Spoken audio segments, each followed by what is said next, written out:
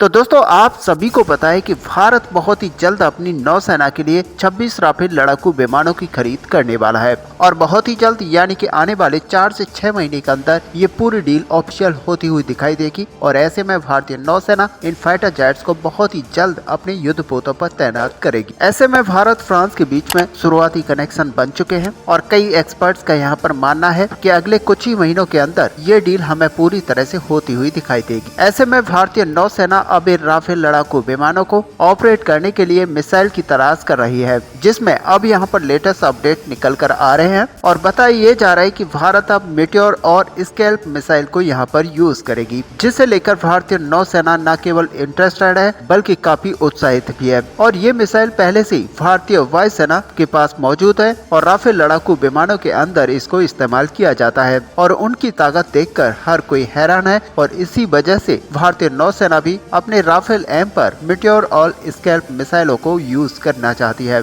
ऐसे में दोस्तों अगर यहाँ पर मेटियोर मिसाइल की बात की जाए तो ये दुनिया की सबसे शक्तिशाली मिसाइल है। ये बियॉन्ड विजुअल रेंज मिसाइल है। ये 12 फीट लंबी और 190 किलोग्राम भारी मिसाइल है और ये साउंड की रफ्तार से 4 गुना गति से ट्रेवल कर सकती है और इसी वजह से ये 200 किलोमीटर तक की दूरी तक किसी भी हेलीकॉप्टर या फिर फाइटर जेट्स को तबाह करने में पूरी तरह से सक्षम है। सबसे बड़ी बात यह है कि इस मिसाइल का नो एस्केप जोन 60 किलोमीटर का है, जो कि दुनिया भर में सबसे ज्यादा माना जाता है। और इसका मतलब वही है कि एक बार जब इसको फायर कर दिया जाएगा तो 60 किलोमीटर तक की दूरी तक जो भी टारगेट होगा वो इससे नहीं बच पाएगा। बड़ी बात यह है कि मेटियोर मिसाइल का नो एस्केप जोन जितना है उतना ही कई मिसाइलों का रेंज भी नहीं होता और इसी वजह से इस मिसाइल को सबसे खतरनाक माना जा रहा है। वहीं पर अगर स्कैल्प मिसाइल की बात की जाए तो ये एक काफी शक्तिशाली लॉन्ग रेंज की क्रूज मिसाइल है, जिसको फाइटर जेट से लॉन्च किया जा सकता है। स्कैल्प मिसाइल की रेंज 550 किलोमीटर तक की है और इसे दुश्मन के इलाके में हाई वैल्यू टारगेट को यानी कि बड़े बड़े बंकर्स और उन सेना की टुकड़ियों को तबाह करने के लिए इस्तेमाल किया जाता है। अगर यहाँ पर देखा जाए तो स्कैल्प मिसाइल का कुल वजन 1300 किलोग्राम का होता है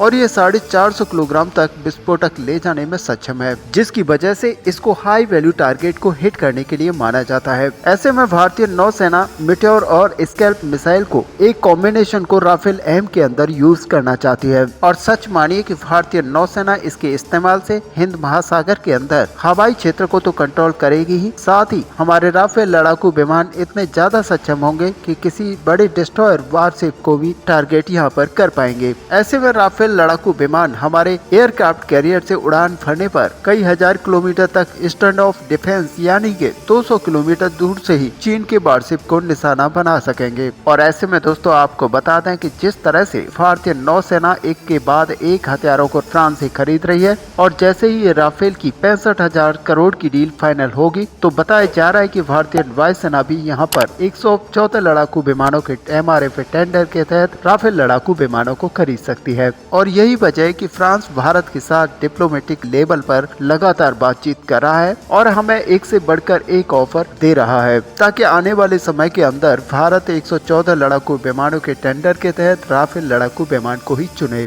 ऐसे में दोस्तों भारत की इस नई डील को लेकर आपका क्या व्यू है? क्या भारत को 114 लड़ाकू विमानों के तहत राफेल लड़ाकू विमानों को चुनना चाहिए? आप अपना व्यू हमें कमेंट पे लिखकर जरूर बताएं। साथ ही वीडियो को लाइक और शेयर करना ना भूलें। मिलते हैं नेक्स्ट वीडियो में, तब तक के लिए जय हिंद जय भारत।